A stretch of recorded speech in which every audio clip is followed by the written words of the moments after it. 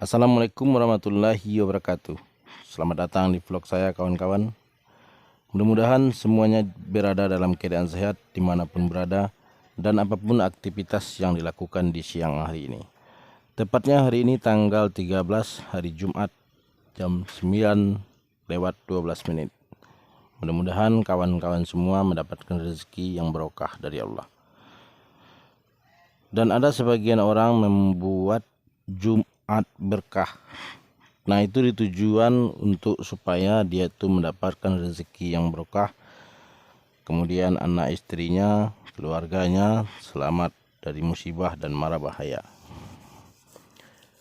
Itu banyak yang dilakukan oleh orang-orang di zaman sekarang. Ini sebentuk atau sejenis metode baru yang dilakukan banyak orang. Karena ini berhubungan dengan agama, tidak ada orang yang komplain dan tidak ada orang yang tidak suka. Semua orang suka dengan pemberian sedekah di hari Jumat. Nah, untuk kawan-kawan dimanapun berada yang ingin berbagi rezeki dalam bentuk sedekah, itu tidak ada yang melarang. Justru dianjurkan di dalam Al-Quran itu supaya kita itu selalu bersedekah. Nah, ini kalau dikaji dalam bentuk sedekah. Tapi yang harus kawan-kawan ketahui itu, ini pelajaran ini sebenarnya jarang sekali diajarkan oleh ustadz-ustadz, guru-guru di sekolah-sekolahan atau apalagi di masjid-masjid. Itu tidak ada dikupas bagaimana tingkatan sedekah itu yang benar. Rata-rata ustadz itu hanya membicarakan sedekah yang banyak, pahalanya banyak, biar banyak pahalanya nanti biar masuk dalam surga.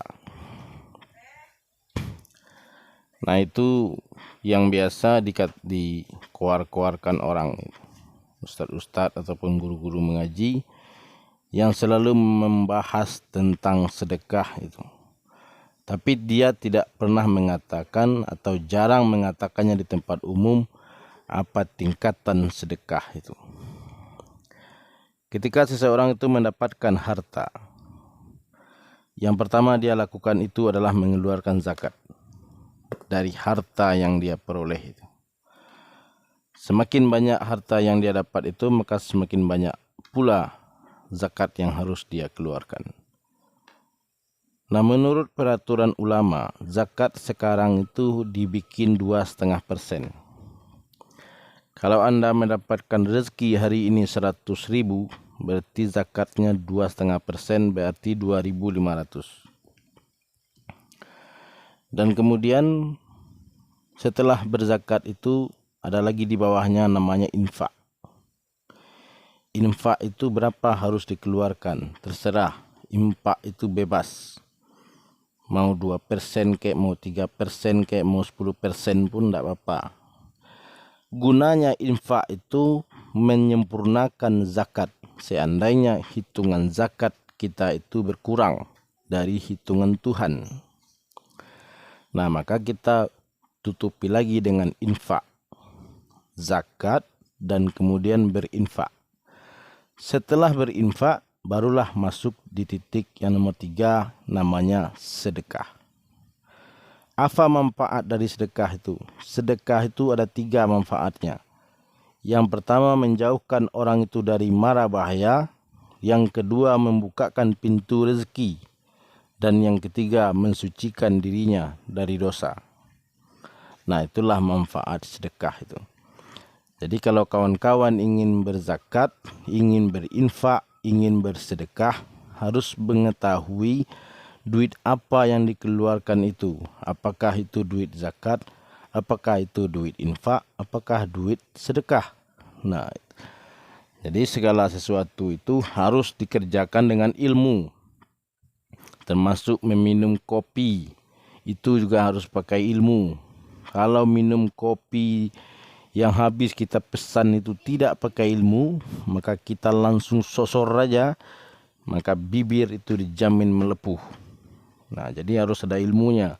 Ditiup-tiup dulu kopi itu biar dingin dia dikit, baru diminum. Itu pun minumnya pelan-pelan. Nah, itulah sedikit uraian dari saya, kawan. Mudah-mudahan menambah ilmu dan inspirasi serta motivasi untuk kawan-kawan semua untuk terus belajar dan meningkatkan ilmu agama. Karena di dalam hidup di atas dunia ini, kita itu membutuhkan agama. Tidak ada manusia yang hidup di atas dunia ini yang boleh tidak beragama. Karena agama itu adalah pembimbing atau petunjuk dia menuju kepada Tuhan. Apapun agama itu, maupun agama Islam, Kristen, Hindu, Buddha, Konghucu, dan banyak lagi agama yang lainnya, semua agama itu mengarah kepada Tuhan yang satu. Nah, karena kebetulan kita ini memeluk agama Islam, ya kita berpedoman hanya kepada Al-Quran. Ini rahasia doa-doa di dalam Al-Quran. Nah, ini doa-doa, semua doa yang ada dalam buku ini yang ada di dalam Al-Quran. Jadi kalau kawan-kawan malas mencari doa dalam Al-Quran, beli bukunya, doa yang ada di dalam Al-Quran. Nah, semua doa dalam buku itu semuanya yang ada di dalam Al-Quran. Jadi tidak usah pusing mencarinya lagi. Membolak-balikkan Al-Quran, mencari. Sudah ada di situ. Al-Quran berapa, ayat berapa gitu.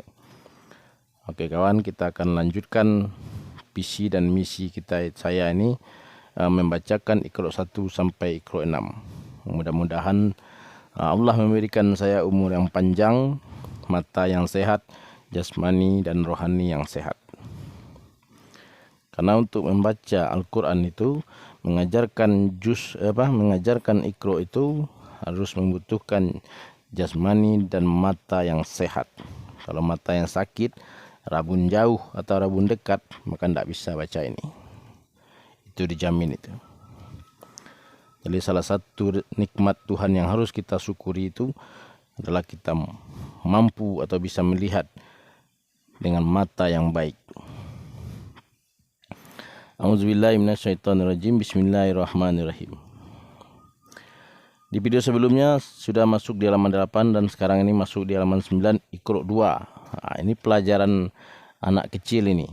Tapi berhubung sekarang ini banyak orang-orang dewasa yang tidak pandai membaca Al-Quran. Nah, saya sengaja membuat video-video ini supaya kawan-kawan yang sudah dewasa, yang sudah 40 tahun, yang sudah sebentar lagi kira-kira meninggal dunia tapi belum pandai juga membaca Al-Quran. Nah, mudah-mudahan video-video saya ini bisa membantu kawan-kawan yang tidak pandai membaca Al-Quran, malu belajar Al-Quran. Nah, tonton saja video saya ini dari Iqra 1 sampai Iqra 6. A'udzubillahi minasyaitonirrajim. Bismillahirrahmanirrahim. Ro'a. Ini ada alif dan ini ada amzah di atasnya. Tetap dibaca a. Ro'a.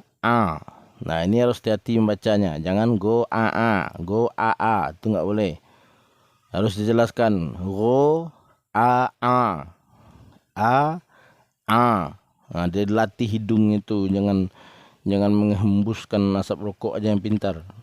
Tapi membaca ain ini juga harus pintar. Ini di hidung ini, kalau ini di lidah a. Nah, itu harus dibiasakan begitu. Go a. Khotoba. Ini go dan ini kho. Go agak ke hidung dia. Ini kho, kayak mendaham gitu.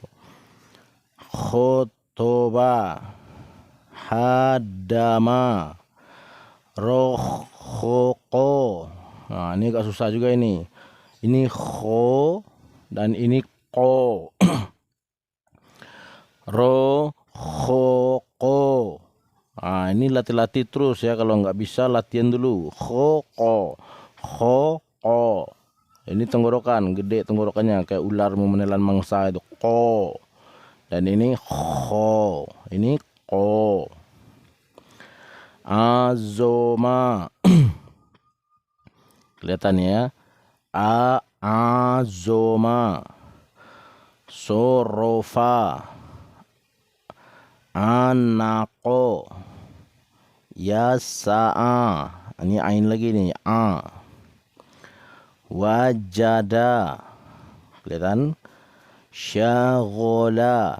Nah, ini yang sudah dimodif ainnya. Kalau ini masih kelihatan ain asli, ada kakinya ke bawah. Dan ini tidak ada lagi kakinya, hanya kepalanya pun bahkan sudah dirubah ini. Jadi hati-hati kalau kawan membaca huruf ain atau huruf ghain, titiknya ini diperhatikan. Jadi syaghola. Di Qur'an 2 ini kita sudah mulai memasuki perubahan huruf dari bentuk aslinya kemudian dirubah-rubah. Nah, gitu. Sampai jadinya ain itu seperti ini saja nih, melengkung ke atas sedikit. Gosako. Nah, kalau ini masih kelihatan kepala ainnya. Dohaka. Jika bacaan sering dipanjang-panjangkan karena berpikir, membacanya putus-putus saja. Nah, ini masih diberi keringanan. Misalnya syaghola,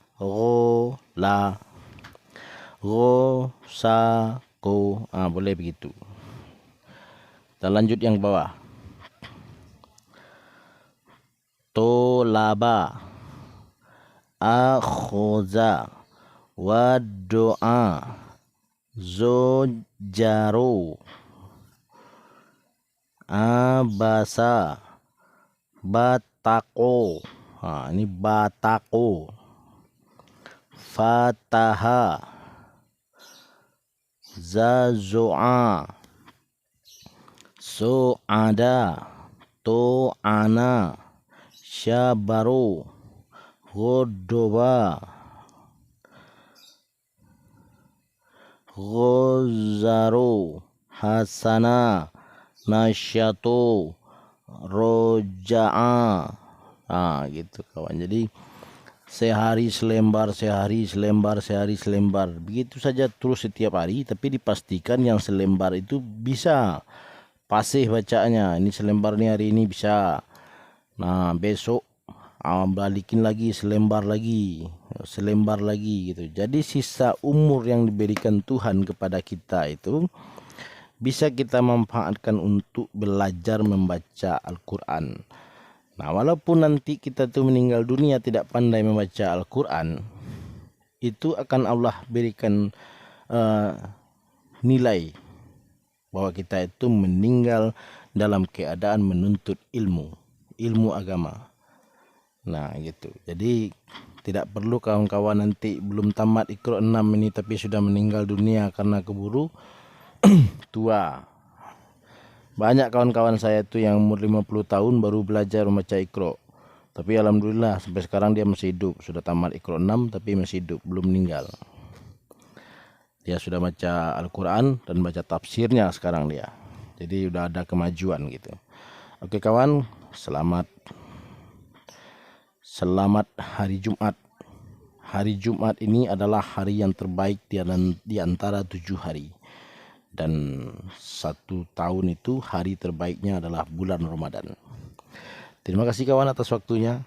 Assalamualaikum warahmatullahi wabarakatuh.